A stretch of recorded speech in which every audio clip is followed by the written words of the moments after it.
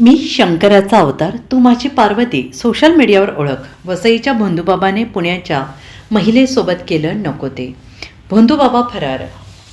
आध्यात्मिक साधना शिकवण्याच्या नावाखाली पुण्यातील 35 वर्षीय महिलेवर लैंगिक अत्याचार केल्याचा आरोप असलेला भोंदूबाबा ऋषिकेश वैद्य सध्या फरार असल्याची माहिती समोर आली. या प्रकरणी माणिकपूर पोलीस ठाण्यात बुधवारी 0 नंबरवर गुन्हा दाखल झाल्यानंतर पोलिसांनी त्याला ताब्यात घेण्यासाठी गुरुवारी रात्री त्याच्या वसईतील निवासस्थानी धाड टाकली.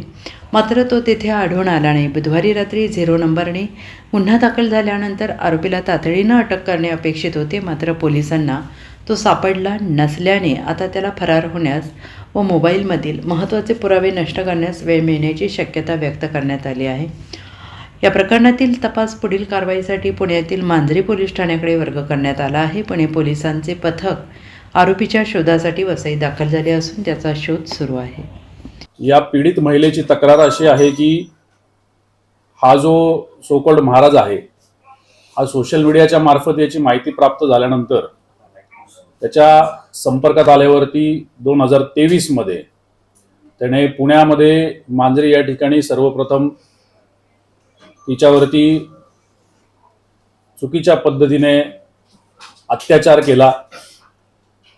तदनंतर मानसिकदृष्ट्या तिला वेगवेगळ्या पद्धतीने ब्लॅकमेल करून टॉर्चर करून तिच्या तो संपर्कात राहिला. वेगवेगळी आश्वासनं दिली गेली, वेगवेगळ्या पद्धतीच्या गोष्टी सांगण्यात आल्या आणि त्यानंतर पुन्हा एकदा वसई या ठिकाणी 2025 मध्ये पुन्हा याच सगळ्या बाबींचा गैरफायदा घेत तिच्यावरती अत्याचार करण्यात आला. या सगळ्या प्रकरणाबाबत ज्यावेळी खरोखर जाणीव झाली की अशा प्रकारच्या गोष्टी घडलेल्या आहेत त्यावेळी ही पीडित महिला ही वसईमधील पोलीस स्टेशन येथे पोहोचली आणि तिने या सगळ्या घटनेबाबत त्या ठिकाणी तक्रार नोंदवली.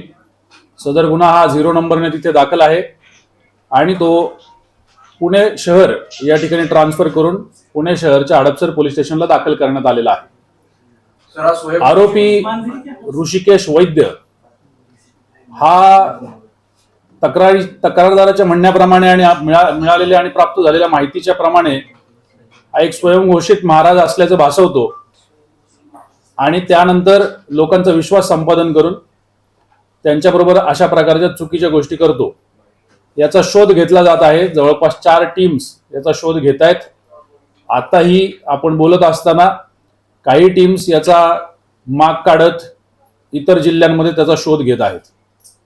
सर, फिर्यादीमध्ये जे म्हटलं गेलंय की मी कोणाचा तरी अवतार आहे, तर फिर्यादीने कोणाचा अवतार आहे असं सांगितलं तर महाराज संबंधित आरोपी ऋषिकेश वैद्य हा या पीडितेच्या म्हणण्याप्रमाणे मी महादेवाचा भक्त आहे आणि त्याचा अंश आहे आणि अशा पद्धतीने माझ्यामध्ये तुम्ही विश्वास ठेवू शकता याबाबत उल्लेख आहे. त्यांनी त्या पद्धतीने या सगळ्या भूलथापा करण्यासाठी अशा पद्धतीने भाविकांच्या भावनांचा वापर केलेला आहे.